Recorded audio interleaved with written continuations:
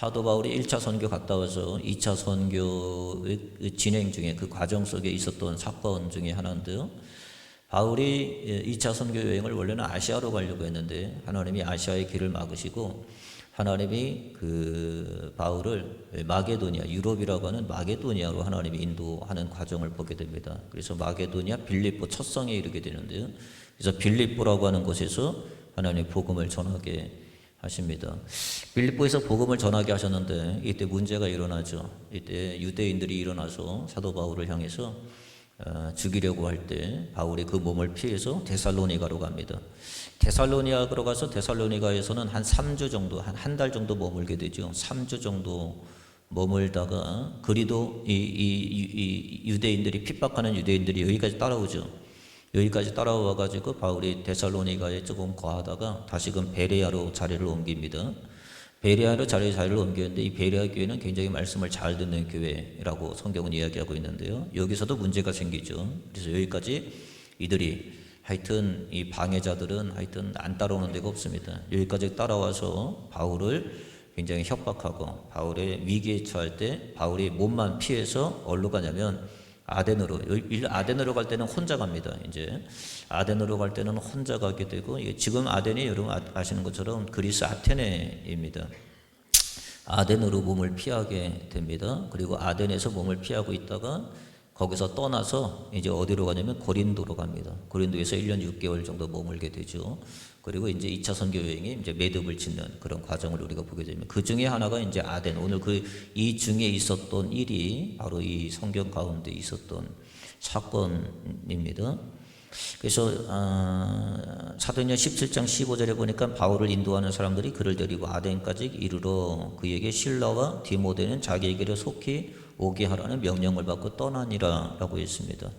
그래서 실라와 디모데는 놔두고 베레아에 있고 그리고 빨리 와라. 자기 이제 몸만 빨리 피해야 되는 상태니까요. 그래서 빨리 도망가는 상태니까. 그래서 아덴에 갔습니다. 아덴이라고 하는 것에 제가 성지순례 갔을 때 여기 아덴에 갔었는데요. 제가 여기에 제가 그 성지순례 갔다 왔을 때 찍었던 사진 7교회 소아시아 교회 7교회하고 그 다음에 사진 다 찍어 놓은 게 있었는데 어디든지 행방불명이 됐어요. 없어졌어요. 다 찍어 놨는데 거기서 다시 가야 돼. 다시 가가지고 다시 찍어 갖고 와야 돼. 소 7개 그거 다 다니려면 얼마나 힘든지 몰라요. 한 교회마다 차 타고 만약 막 3시간 4시간씩 가야 되고요. 막 다 떨어져 있어가지고 그러니까 일반적으로 우리가 뭐 여행 가면은 뭐 다 거기 군대에 가는데 이 소아시아 교회를 다 다니려면 차로 막 한 4시간 막 동서남북으로 찢어져 있기 때문에 하루에 한 2군데 보고 또 그 다음날 2군데 보고 또 그 다음날 2군데 보고 이렇게 해가지고 다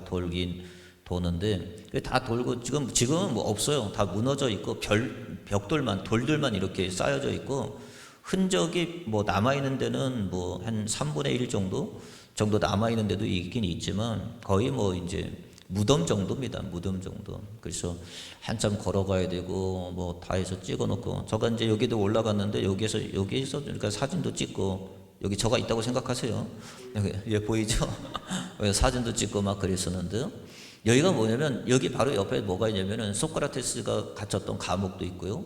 무덤도 있고요. 그러니까 그리스 아테네 하면은 여러분 잘 아는 것처럼 뭐 소크라테스라든지 플라톤이라든지 아리스토텔레스라든지 이런데 철학의 도시입니다. 철학의 정말 철학이 그래서 여기 보니까 성경에 오늘 보니까는 이들이 모여가지고 광장에 모여가지고 토론이 굉장히 벌어졌다고 성경이 이야기하고 있잖아요. 굉장히 그런 지역이고 그다음 굉장히 신전이 많아요. 굉장히 신전이 많았던 그런 지역이고요.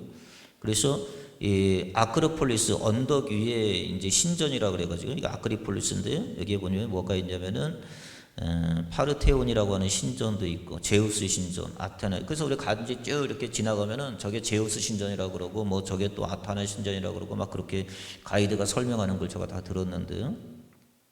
그리고 이들이 광장에 모여 아고라라고 그러죠. 그래서 항상 광장에 모여가지고 항상 열띤 이쪽이 밑에가 이제 이쪽에 광장이 있는데 시장 광장이라고 그래가지고 광장이 있는데 거기에서 계속 모여가지고 열띤 토론이 벌어졌던 그런 곳이 아덴입니다. 그런데 사도 바울의 눈에는 이 아덴이 어떻게 보이느냐라고 하는 거죠. 굉장히 뭐 철학의 도시고 굉장히 건엄하고 굉장히 뭔가 있다고 생각했지만 사도 바울의 눈에는 세 가지가 들어옵니다. 첫째는 뭐냐면 우상에 눌려있는 도시, 굉장히 우상에 눌려있는 도시다라고 생각하면 됩니다. 겉에는 꼭 지성인처럼 보이지만은 그 속에는 미신이 아주 그냥 바닥에 그냥 깔려있는 굉장히 우상에 눌려있는 도시다라고 얘기하고 있습니다. 자, 사도행전 17장 16절에 보니까 이렇게 얘기하고 있어요. 바울이 아덴에서 그들을 기다리다가 그 성에 우상이 가득함을 봤다라고 해요. 우상이 가득함을 봤다고 얘기하는데 우상이 가득했다. 우상이 가득했다는 게 뭐냐? 여기 보세요. 이 단어가 참 이렇게 우리에게 주는 의미가 있는데 카테이돌로스라고 하는 단어인데 이 카테이돌로스라고 하는 단어는 뭐냐면 두 가지 단어가 합성이 되었어요. 하나는 카타라고 하는 단어와 하나는 에이돌론. 에이돌론이라고 하는 단어에서 에이돈이라고 하는 보다 우상이 나온 거예요. 이게 우상이라는 단어입니다. 우상이라는 단어인데 그래서 지금은 우리가 뭐냐면 아이돌 그러잖아요. 그게 다 여기서 나온 단어거든요. 카타라고 하는 말은 뭐냐면 아래로 완전히라고 하는 말이고요. 그 다음에 에이돌론이라고 하는 말이 보이는 현상이라고 하는 말이죠. 그래서 보이는 현상들로 완전히 눌려 있는 상태, 보이는 것으로 눌려 있는 상태. 그게 뭐냐면 우상이 가득하다는 거예요. 눌려 있는 거예요. 뭔가 보이는 것에 눌려 있는 거예요. 우리 지금 여러분도 그럴 수 있어요. 여러분들이 뭔가 보이는 거에 눌려 있는 상태, 우상에 눌려 있는 상태가 있다는 것을 우리 알 수 있죠. 그래서 어디까지냐? 여기에 보니까 사도행전 17장 23절에 보니까 내가 두루 다니며 너희를 위하여 위하는 것들을 보다가 알지 못하는 신에게라도 색인단을 만들었다는 거예요. 얼마나 눌려 있으면 이 우상에게 얼마나 눌려 있으면 알지 못하는 신이 아직 드러나지 않은 신전입니다. 당시에 우리가 추정하기로는 역사학자들에 의해서 추정하다 보면은 지금 아테네의 인구가 얼마나 살았냐면 한 2만에서 한 3만 살았다 그래요. 2만에서 한 3만 정도 살았다 그러고 여기 시에만 살았다 그러는데 우상만 3만에서 4만이라고 얘기합니다. 보이는 우상만 엄청나죠. 제가 태국인가 어디 한번 갔었을 때 보니까 거리를 이렇게 지나가면 집집마다 집 앞에 다 뭐가 있냐면 그 부처상들을 다 갖다 놓고 거기에다가 제를 드리고 막 이런 것들이 아침에도 음식 갖다 놓고 뭐 하여튼 뭐 향 피워 놓고 집집마다 그러더라고요. 집집마다 얼마나 그런 게 많은지 몰라요. 그러니까 지금 이 아덴이라고 하는 것은 볼 때는 굉장히 철학적이고 뭐 아주 뭐 지식적이고 굉장히 그러는데 속으로 들어가 보면 이 지리마다 각 지역마다 사도 바울이 그래서 지나가 봤다 그러잖아요. 길거리를 다 지나가 봤다 그러는데 지나가는 데마다 다 뭐냐면 우상으로 사로잡혀 있는 거예요. 그리고 실제적으로는 또 뭐냐면 그 우상이 있는데 또 실제적으로는 뭐냐면 아직 드러나지 아니하는 우상도 있더라는 거예요. 드러나지 아니하는 거기에도 뭔가 섬기고 있는 거죠. 예, 알지도 못하는 신에게 책인단을 보았다라고 얘기합니다. 또 17장 29절에 보니까 이렇게 얘기합니다. 이와 같이 사람이 소생이 되었은즉 하나님을 금이나 은이나 돌이나 사람의 기술로 고안하여 새긴 것들로 여겼다 이렇게 얘기합니다. 그러니까는 사람들이 금도 붙이고 은도 붙이고 금이나 은이나 돌로 사람이 새겨가지고 만들어가지고 그걸 섬기고 있는 거죠. 우상에 눌려 있는 자들. 우리도 그런 거죠. 우리나라도 그런 거 많이 있잖아요. 우리나라는 미신이라는 게 있고요. 그죠? 그 다음에 무당이라고 하는 어떤 그런 여러 가지에 눌려 있는 사람들이 참 많잖아요. 몇 가지만 저거 얘기해 볼게요. 장례식장에 다녀오면 귀신이 따라온다 그래가지고 장례식장에 다녀온 후에는 집에다가 소금을 뿌려야 된다. 그래서 소금을 뿌리는 일이 있고요. 죽은 날 기일에는 조심해야 된다. 가족 중 누군가가 사망한 날, 그 날짜가 돌아오면 사고가 생긴다. 시신을 보면 아이가 해롭다. 그래서 특별히 이게 우리가 장례식장 같은 데 가면은 우리가 저거 입간할 때 뭐 이렇게 임산부라든지 아이들 들어오지 말라고 이렇게 얘기합니다. 왜냐면 임산부나 어린아이는 집에 있어서 장례식에 참석하지 못하게 왜 아이에게 해롭다는 거죠. 이사할 때는 손 없는 날을 택해야 되는데 이게 지금 여러분들이 여기에 다 뭐냐면 이게 우상에 눌려 있는 거예요. 없는 걸 만들어 가지고 있지도 않은 걸 할 수도 없는 걸 그럴 능력도 없는데 다 거기에 눌려 있는. 그러니까 지금 아덴의 상태가 지금 이런 상태란 말이에요. 아덴이라는 도시가 우상에 깊숙이 눌려 있는 도시입니다. 보이지 않는 신전까지 만들어가면서 그에게 나에게 해코지를 할까봐, 우리 가정에 못된 짓을 할까봐 그것까지 예방하기 위해서 뭔가 해야 되는 거죠. 그래서 이사할 때는 손 없는 나를 듣게 해서 돌아다녀요. 하여튼 뭐 이건 말도 안 되는 얘기예요. 북쪽으로 머리를 두고 자면은 죽는다. 북쪽은 시신이 눕히는 방향인데 그래서 금지하고 있대. 오늘 잘 생각해 보세요. 여러분들이 어느 쪽에다 머리에 두고 자고 있는지. 삼재가 든 해에는 조심해야 된다. 12년 주기로 3년간 삼재가 든다는 뭐 하여튼 결혼은 윤달에 하지 않는다. 이게 희한하더라고요. 결혼은 윤달에 하지 않는다 그러는데 윤달은 귀신이 없는 달이라서 역설적으로 결혼을 하기 좋다는 말도 있고 반대로 불길한 달이기도 말하기도 한다. 그거 어떻게 하라는 거예요? 네? 알아서 하라는 거예요? 이런 것처럼 우리도 마찬가지야. 지금 우리 문화에도 뭐가 있냐면 우상에 깊숙이 눌려있는 상태가 있어요. 어떤 사람이 무슨 말을 하면 거기에 눌려 있어요. 또 어떤 사람이 어떤 이야기의 이론을 꺼내면 거기에 눌려 있습니다. 이런 데 굉장히 깊숙이 눌려 있는, 이게 아덴 사람들과 같은 거죠. 굉장히 우상에 눌려 있는 그런 것이죠. 또 하나는 뭐냐면 철학에 눌려 있는, 지식에 눌려 있는, 자기 지식에 눌려 있는 도시가 뭐냐면 아덴이라고 하는 도시죠. 그래서 사도행전 17장 18절에 보니까 여기는 두 파가 있는데, 철학의 두 파, 우리가 잘 알잖아요. 두 파가 있는데 하나는 뭐냐면 에피쿠르스라고 하는 학자가 하나 있고요. 또 하나는 스토아 철학이라고 하는 두 철학이 같이 상존하는, 굉장히 뭐 이거 다 설명할 수 없으니까 하여튼 뭐 다 이런 지식층이 모여 있는 그런 그 철학에 눌려, 지식에 눌려 있는 거죠. 하여튼 요거는 나중에 같이 공부를 하거든요. 세 번째는 뭐냐면 종교심에 눌려 있는 도시입니다. 굉장히 종교심에 눌려 있는 도시. 사도행전 17장 22절을 보니까 바울이 아레오바고 가운데 서서 말하되 아덴 사람들아 너희를 보니 범사에 종교심이 많구나. 종교심에 눌려 있는 도시. 그래서 이 아덴 사람들을 뭐라 그러면 종교심이 많은 사람들이라고 그랬습니다. 근데 종교심이 어떤 종교심이 두 가지예요. 하나는 뭐냐면 이상한 것을 추구하는 종교심이 있어요. 이상한 것을 추구하는 종교심이 하나가 있습니다.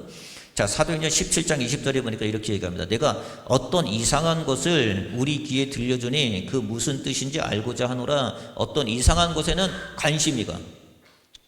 귀가 쏠긋해. 네, 그래서 바울이 말하는 이야기를 듣고 저건 말쟁이 아니냐라고 하는 사람도 있지만 어떤 사람은 관심을 갖고 저거 또 다른 어떤 이상한 종교는 아니냐라고 하면서 귀를 기울였다고 있는데, 여기 보니까 이상한 것이라고 하는 단어가 뭐냐면 크센이 좋다라고 하는 단어인데, 이거 뭐냐면 낯선 것, 외국의 것, 기이한 것이라고 하는 말인데, 이게 뭐냐면 더 강한 자극, 더 신비한 경험, 더 특별한 종교적 경험을 추구하는 행위입니다. 그러니까 더 강한 걸 원해요. 지금 내가 믿고 있는 어떤 신보다 더 능력이 많다든지, 더 월등하다든지, 더 탁월하다든지, 더 뛰어나면 거기로 옮겨가는 거예요. 그걸 또 믿고. 그러니까 항상 여기는 뭐냐면 이상한 것을 자꾸 추구하는 거죠. 진리를 추구하는 것이 아니라 이상한 것을 자꾸 추구하는, 그래서 종교심이 많다.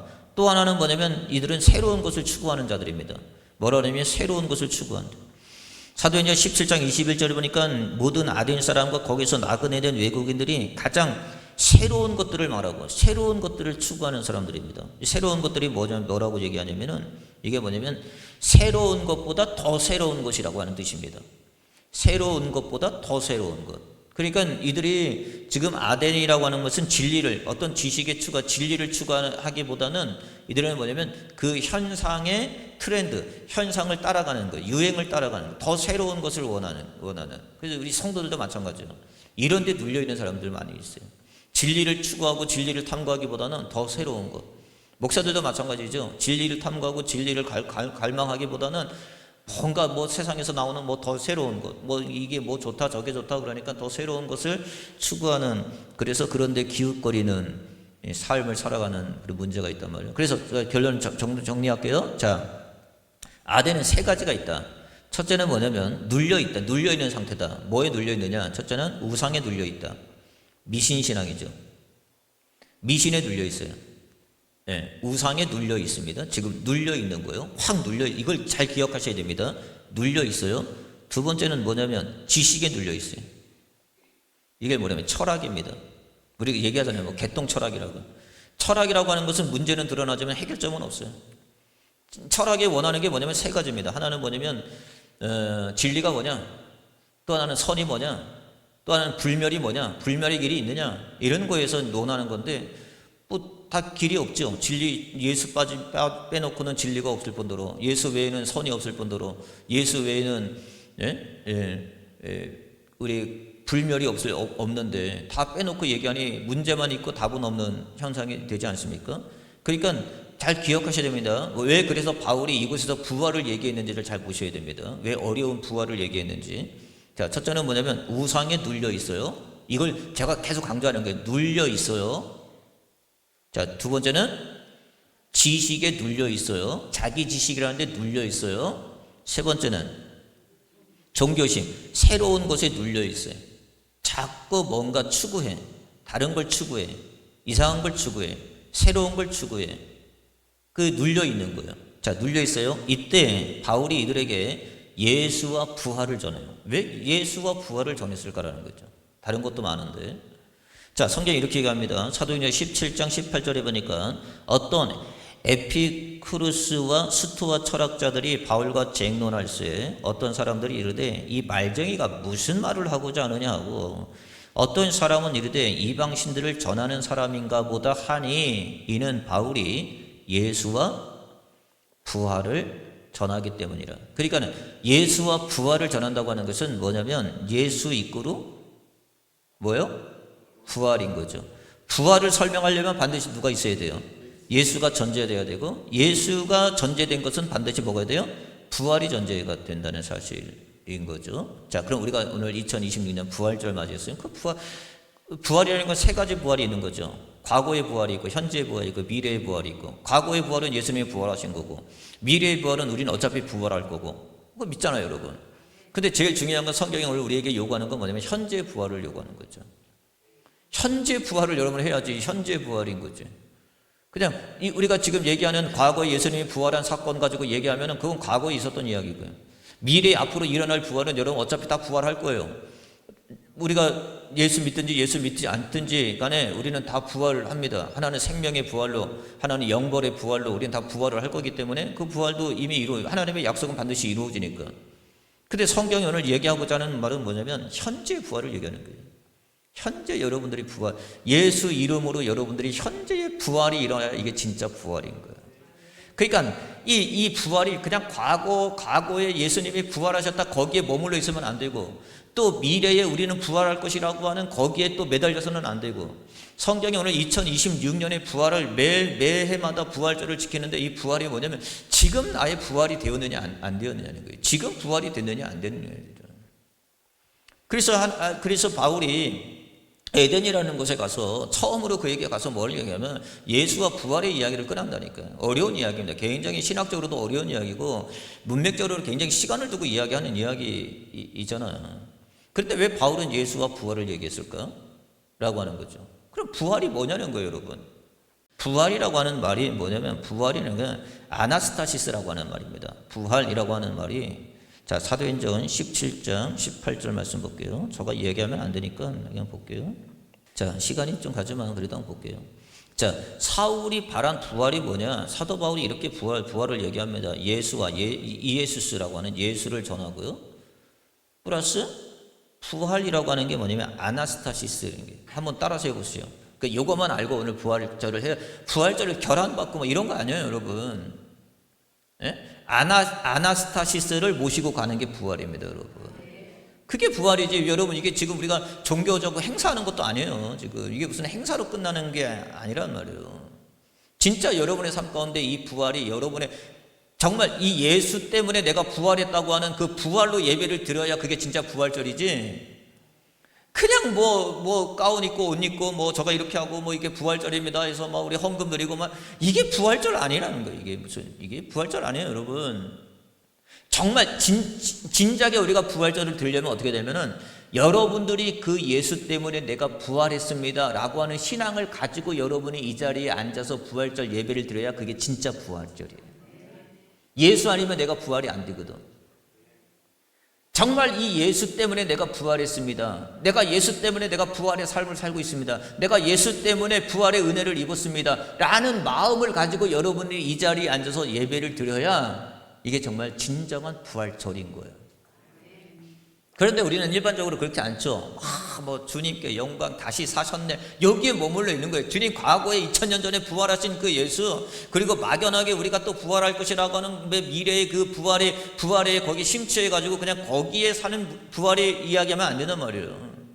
주님이 오늘 부활은 뭐냐면 지금 현재에 네가 부활하고 있느냐, 이 예수로 너가 부활하고 있느냐를 묻고 있는 거예요. 그럼 여러분들이 예수로 인하여 내가 뭐 해야 돼요? 부활이 돼야 되는 거예요. 그래서 바울이 뭐냐면 두 개 큰 기둥을 하는 거예요. 예수 부활, 부활 예수. 예수가 있어야 부활이 되는 거고, 부활은 예수가 있어야 전제가 된다고 하는 사실을 말하는 거죠. 그럼 부활이 뭐냐는 거예요. 여기 잘 볼게요. 다른 건 몰라도 요거 하나는 좀 알고 가셔야 돼요.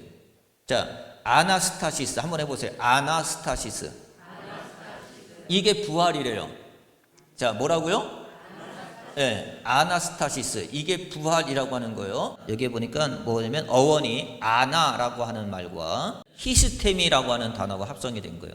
아나, 히스테미. 여기 이 정도까지만 보고요. 저거 써놨으니까 잘 보세요. 자, 아나스타시스인데 아나는 뭐냐면 위로, 다시라는 말입니다. 위로. 자, 그럼 아까 볼게요. 시간이 많이 가면은 또 도중에 끝내야 되니까 이해를 하시기 위해서. 자, 지금 사도 바울이 아덴에 갔어요. 아덴에서 길을 걷고 있으니까 세 가지를 봤네요. 하나는 뭐냐면 우상에 짓눌려 있는 상태를 봤습니다. 두 번째는 철학, 지식이라고 하는 지식, 하나님이 없는 지식, 그 지식에 짓눌려 있는 상태를 봤습니다. 세 번째는 종교심에 짓눌려 있는 상태를 봤습니다. 다 뭐 하는 거예요?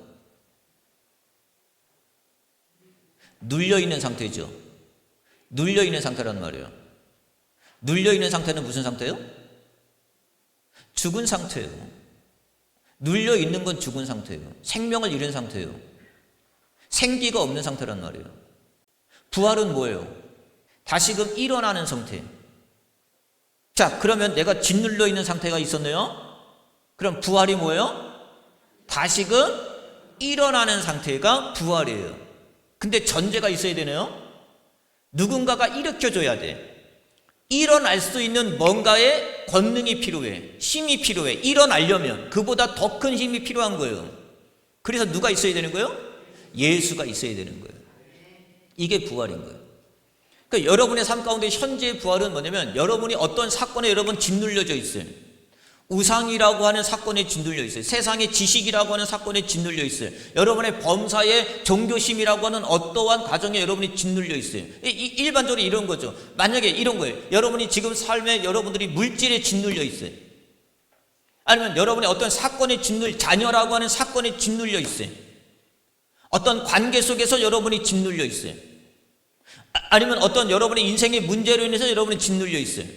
그럼에도 불구하고 내가 다시금 일어서서 이 자리에 나오게 된 거예요. 이 자리에 나오지 못한 사람은 어디 있어요? 짓눌려 있는 거예요. 무슨 말인지 이해되시죠? 왜 교회를 못 나오느냐? 짓눌려 있기 때문에 그래요. 관계에 짓눌려 있는 사람, 사건에 매여 있는 사람, 아니면 물질에 짓눌려 있는 사람, 어떤 사람들은 술에 짓눌려 있는 사람, 어떤 사람은 인생의 관계 속에서 짓눌려 있는 사람, 다양하겠죠. 그럼에도 불구하고 우리가 이 자리에 나올 수 있는, 왜 우리라고 안 그러겠습니까? 그럼에도 불구하고 우리가 일어나 이 자리에서 나올 수 있는 것은 우리가 현재의 뭐예요? 현재의 부활을 맞이했기 때문에 그런 거예요. 누구 때문에 일어섰느냐? 예수 때문에 일어선 거예요. 그죠? 거기서 일어날 수 있는 힘은 하나님의 은혜인 거예요. 하나님은 좋은 거 주시겠지. 이번 기회가 아니면 하나님 다음 기회 허락하시겠지. 라고 하는 하나님의 때를 기다리는 거고, 하나님의 은혜를 사모하는 거고, 하나님의 역사를 믿는 거고, 하나님의 시간 속에서 내가 견뎌내는 거예요. 그걸 뭐라 그러냐면 우리는 그걸 뭐라 그런다고요? 아나스타시스. 뭐라고요? 부활이라고 얘기한단 말이에요. 그러니까 여러분들이 지금 일어난 사건 속에서 그 과거에 있는 과거에 만약에 여러분 예수가 아니었다면 일어나지 못할 수도 있어요. 어떤 사람은 예수가 아니었다면 그냥 그 상태에서 포기하고 중도 하차하고 뒤로다 서고 멈추고 아유 난 모르겠다라고 포기하는 사람도 있을 거 아니겠어요?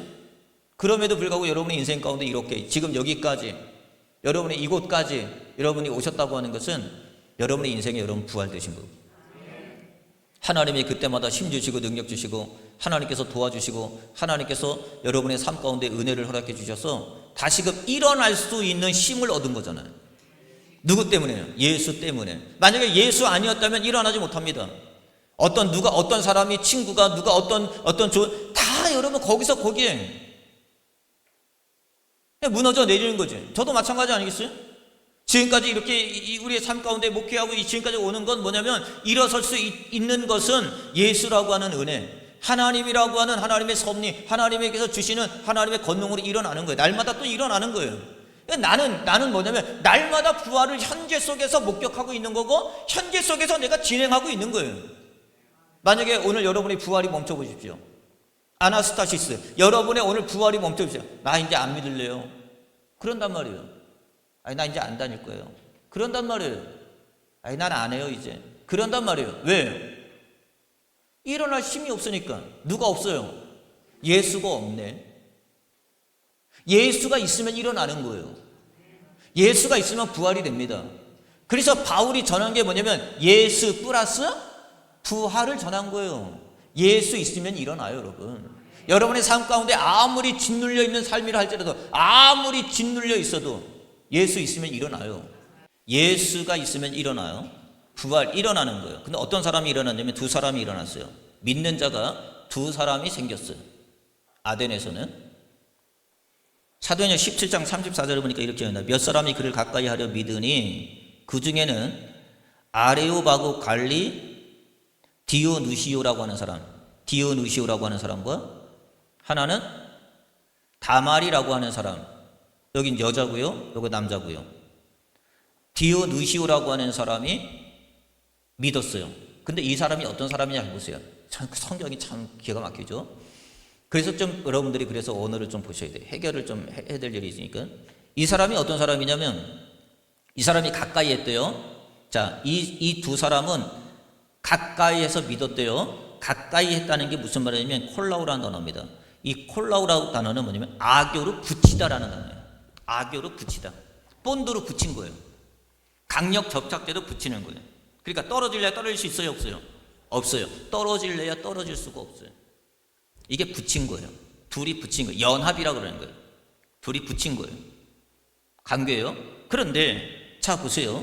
이 디오누시우라고 하는 사람의 뜻을 볼게요. 이 디오누시우라고 하는 사람은 어떤 사람이냐라고 하는 게 여기 나오는데, 이 디오누시우라고 하는 사람은 뭐냐면, 뜻이 뭐냐면, 이 사람의 뜻이 뭐냐면 술 마시고 떠드는 자. 그게 뜻이에요. 이 사람의 뜻이 뭐냐면 술 마시고 떠드는 자, 술 마시고 흥청거리는 자라는 말입니다. 그러니까 이 사람의 인생은 어떤 사람이에요? 술에 짓눌려 있는 사람이었어요. 세상 술인 거죠. 이걸 우리 술로 얘기하지만 세상에 짓눌려 있는 자예요.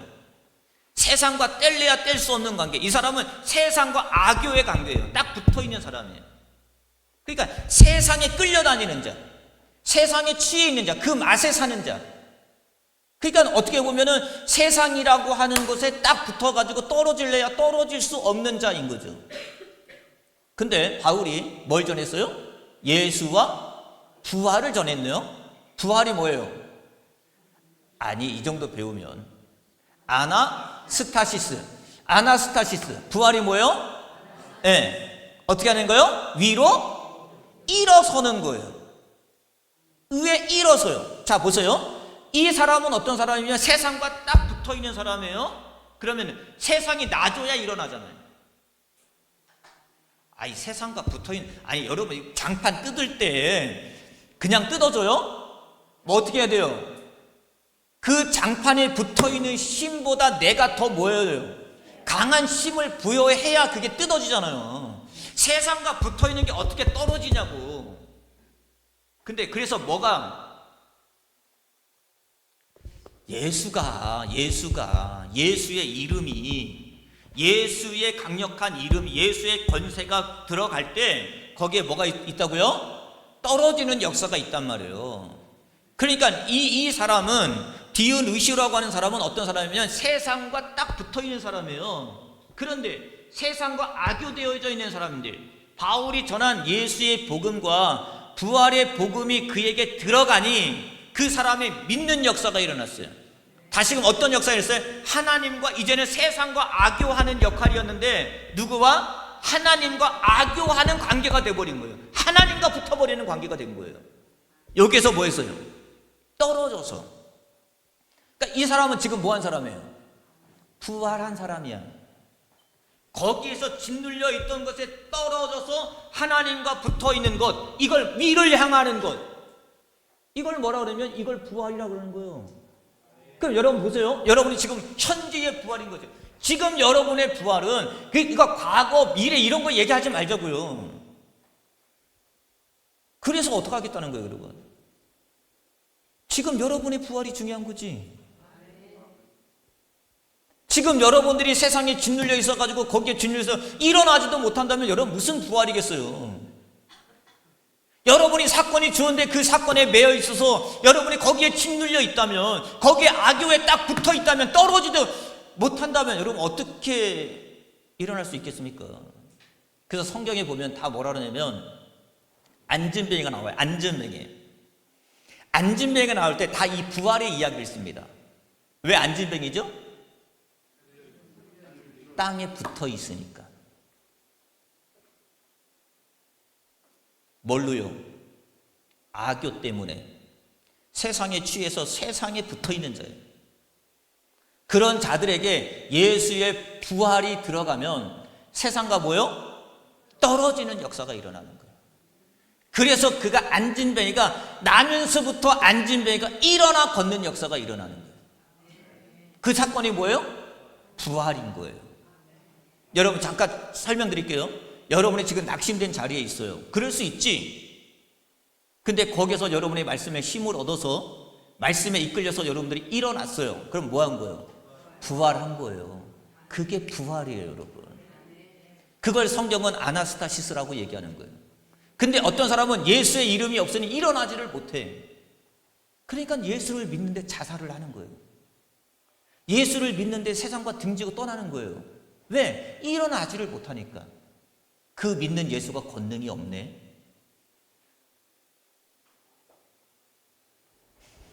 그래서 여러분은 꼭 기억해야 될 것은 뭐냐면 이거 못하니까 꼭 기억하셔야 됩니다. 여러분, 부활은 뭐냐면 예수 부활, 그걸로 끝나는 거 아니에요. 미래의 부활, 산자와 죽은 자가 부활하는 거, 그거 끝나는 거 아니에요. 우리가 지금 믿는 부활은 오늘의 부활을 믿어야 되는 거예요. 여러분들이 그 예수 때문에 일어나고 있느냐? 세상과 악교돼서 붙어가지고 떨어지지도 않는 나의 삶을 하나님의 능력으로 내가 떨어져서 일어나고 있느냐? 다시 위를 바라보고 위를 향하여 여러분들이 살고 있는가? 이것이 여러분의 삶의 진짜 부활이란 말이에요. 근데 이 부활이 없이 그냥 말만 예수 부활 얘기하면 그건 소용이 없는 거예요. 힘이 없어요. 그건 아무런 힘이 없어요. 아무리 현수막 붙이고 떠들고 동네방네 소문내고 다녀봐요. 그게 무슨 의미가 있는지. 진짜 내 삶에 일어나지도 못하는데, 세상에 짓눌려 있는데 거기에서 벗어나지도 못하는데, 세상과 악교 딱 붙어가지고 하나님 말씀해도 거기서 일어나지도 못하는데 그게 무슨 부활이요? 예수, 능력 없는 예수지. 권세 없는 예수지.